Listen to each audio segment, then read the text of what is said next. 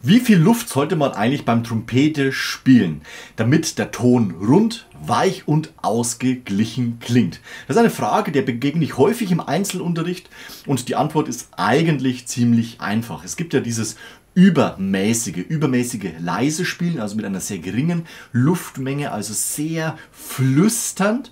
Und es gibt natürlich das Gegenteil, das sehr extrovertierte Trompetespiel, sehr laut mit viel Luft, die man eben ins Instrument bringt. Also hier sind wir im Bereich Forte, Fortissimo, Forte, Fortissimo und im Gegensatz dazu das erst erwähnte Piano, Pianissimo und Pianissimo Possibile. Genau die Mitte wäre es eigentlich, also Mezzo-Piano, Mezzo-Forte und Forte-Bereich.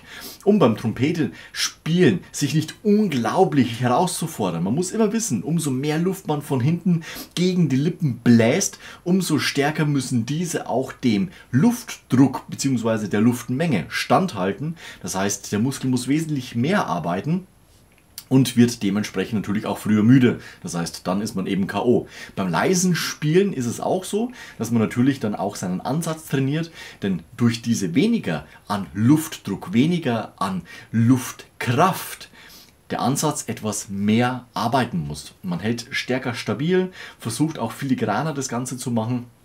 Also auch hier eine starke Herausforderung.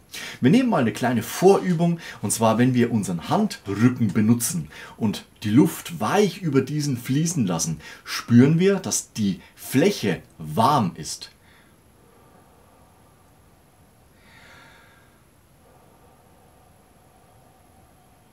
Es ist warme Luft. Beschleunige ich jetzt meinen Luftstrom, dann werde ich merken, dass der Handrücken kühler wird. Ganz klar, kühle Luft, eine kühle Stelle. Ich benutze jetzt diese warme Luft. Es ist etwas mehr als ein Hauchen.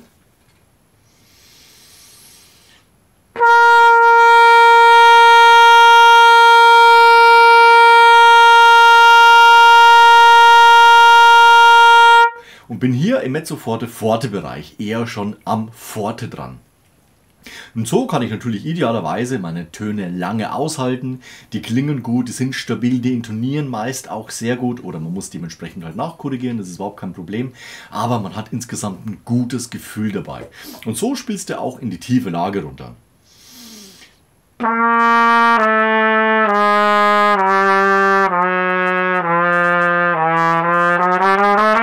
Und man strengt sich nicht übermäßig an, man hat ein gutes Gefühl, dass die Luft nach außen fließen kann, also man muss diese auch nicht zurückhalten, Gefahr, der Hals könnte eng werden und dementsprechend immer wieder auf diesen Punkt zurückkehren, um zu überprüfen, ja, das ist warme Luft.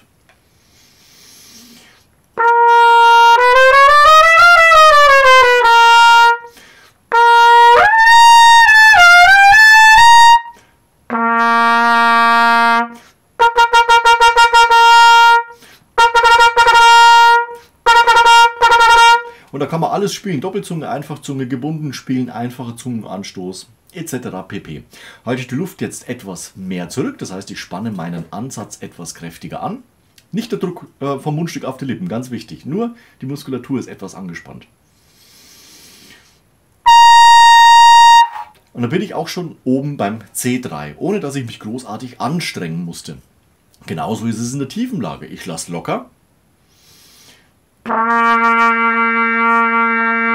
So locker, dass sogar hier links und rechts jetzt die Luft vorbei floss, also nicht ins Mundstück, sondern einfach nur so locker, dass die Luft irgendwie die Lippen in Schwingung bringt. Und dann bin ich beim tiefen C. Jetzt muss ich mich natürlich kümmern, dass hier alles dicht ist, dass der Ton dann dementsprechend tief kommt.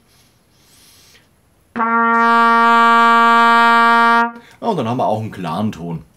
Also du siehst, es ist nicht immer dieses brutale, viel und eine hohe Menge an Luft, die ins Instrument muss, sondern es ist eigentlich viel, viel weniger, als man eigentlich denkt. Nutzt doch mal die Methode mit dem Handrücken und fühle rein, ob die Stelle warm oder kalt ist. Kalt ist zu viel, warm ist genau richtig, aber es darf auch nicht zu wenig sein, dass du gar nichts mehr fühlen kannst, dass überhaupt keine Luft mehr fließt. Und dann verspreche ich dir, du bist in einem gesunden Lautstärke unterwegs, sie klingt gut, die Trompete, und du hast einen wunderbaren, stabilen, weichen, runden Klang. Und noch einen riesen Vorteil, die Ausdauer, mit der klappt es in Zukunft auch wesentlich besser. Ich wünsche dir viel Erfolg bei deinem Trompetentraining. Lass am Ende noch ein Like und Abo da. Wir sehen uns nächste Woche. Bis dahin, ciao! Euer Nico.